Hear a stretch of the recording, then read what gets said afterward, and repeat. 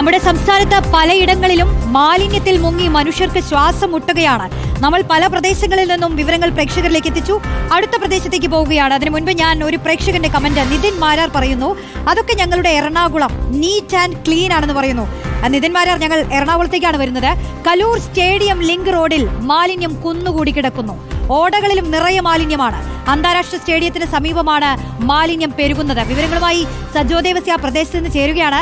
സജോ, നമ്മളോടൊരു പ്രേക്ഷകൻ പറയുകയായിരുന്നു Ernakulam neat and clean ആണെന്ന്, അങ്ങനെയാണോ? റോഷി, നമ്മൾ ജനറലൈസ് ചെയ്യുന്നില്ല. യഥാർത്ഥത്തിൽ കൊച്ചി പഴയ അവസ്ഥ വെച്ച് നോക്കുമ്പോൾ ഒരുപാട് മെച്ചപ്പെട്ടു. മാലിന്യ സംസ്കരണ പ്ലാന്റ് അടക്കം മികച്ച രീതിയിൽ പ്രവർത്തിക്കുന്നുണ്ട്. പലയിടത്തും മെച്ചപ്പെട്ടു. പക്ഷേ എല്ലായിടത്തും അതല്ല സ്ഥിതി എന്നാണ്. ഞാനിപ്പോൾ നിൽക്കുന്നത് അന്താരാഷ്ട്ര സ്റ്റേഡിയം ആണെന്ന് നോക്കണം, കലൂർ. ഞാൻ നിൽക്കുന്നത് കലൂർ സ്റ്റേഡിയം ലിങ്ക് റോഡിലാണ്. പ്രധാനപ്പെട്ട റോഡാണ്. ഒരു അന്താരാഷ്ട്ര സ്റ്റേഡിയം ഉള്ള പ്രദേശമാണ്. അവിടെയാണ് നമുക്ക് ഈ ദൃശ്യങ്ങളിൽ കാണുന്നത് മുഴുവൻ മാലിന്യം വലിച്ചെറിഞ്ഞതും ആളുകൾ കൊണ്ട് അനധികൃതമായി തട്ടിയതും അങ്ങനെ പല നിലയ്ക്ക് വന്നതാണ്. ഒരു പ്രധാനപ്പെട്ട പാതയാണ്, അന്താരാഷ്ട്ര സ്റ്റേഡിയമാണ്.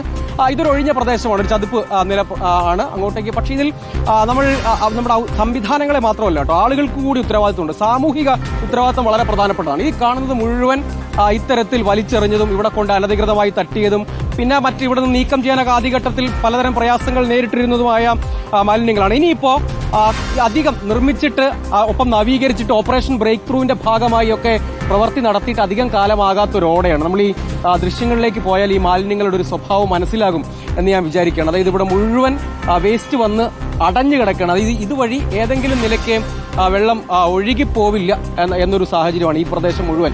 ഇതൊരു പ്രധാനപ്പെട്ട റെസിഡൻഷ്യൽ ഏരിയ എന്ന് പറയുന്നത് ഇതിനോട് ചേർന്നില്ല. ഒപ്പം അപ്പാർട്ട്മെന്റ്സ് ആണ്, അതിനുശേഷം സ്റ്റേഡിയമാണ്. അതുകൊണ്ട് ആളുകളുടെ സാന്നിധ്യമൊന്നും അധികം ഇല്ലാത്തൊരു പ്രദേശമാണ്. കാരണം വാഹനങ്ങൾ മാത്രമായിരിക്കും കടന്നു പോവുക. ആ സാധ്യത പ്രയോജനപ്പെടുത്തിയായിരിക്കണം ഇവിടെയൊക്കെ വേസ്റ്റ് കാര്യമായി കൊണ്ട് തട്ടുക. അല്ലെങ്കിൽ ഇവിടെ നിന്നൊക്കെ, അതായത് ഈ ഭാഗമൊക്കെ നമുക്ക് ദൃശ്യങ്ങളിൽ കണ്ടാൽ അറിയാം, നാളുകളായിട്ട് കെട്ടിക്കിടക്കുന്ന മാലിന്യങ്ങൾ ഉൾപ്പെടെ ഉള്ളവയാണ്.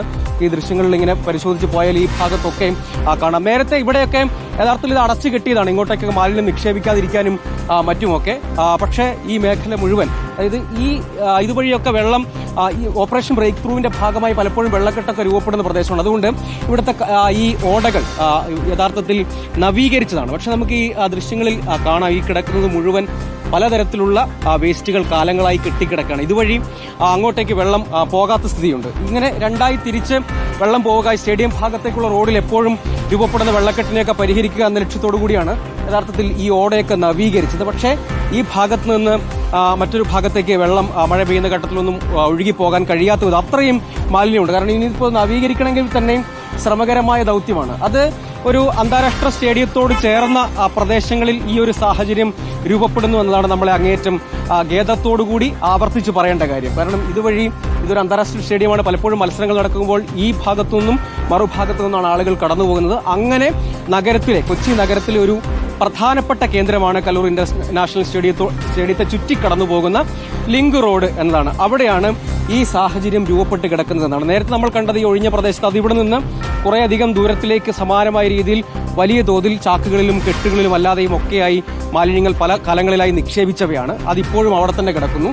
അതുകൂടാതെയാണ് ഈ സാഹചര്യം. ഇത് ഒഴുകിച്ചെന്ന് മുട്ടുന്ന മറ്റൊരു കനാലുണ്ട്. ആ കനാലിലും സമാനമായ ഒഴുക്ക് നിലച്ച സ്ഥിതിയാണ്. പക്ഷേ കോർപ്പറേഷൻ അടക്കം നേരത്തെ ആവർത്തിച്ച് സൂചിപ്പിച്ചൊരു കാര്യം, മിക്കവാറും ഇടങ്ങളിൽ കനാലുകൾ, ഓടകളൊക്കെ തുറക്കുകയും നവീകരിക്കുകയും ചെയ്യാനുള്ള ശ്രമം നടത്തുന്നു.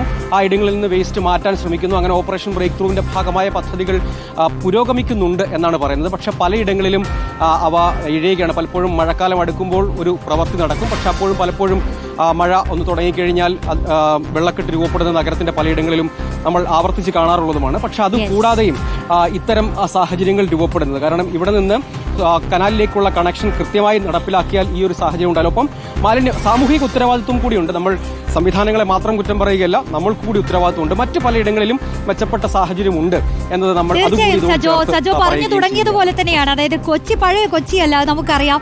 കൊച്ചി ഒരുപാട് മാറി തുടങ്ങിയിരിക്കുന്നു. പക്ഷേ കൊച്ചിയുടെ ഒരു പ്രധാന ഭാഗത്ത് നിന്നാണ് സജോ ഈ ദൃശ്യങ്ങൾ പ്രേക്ഷകരിലേക്ക് എത്തിച്ചത്.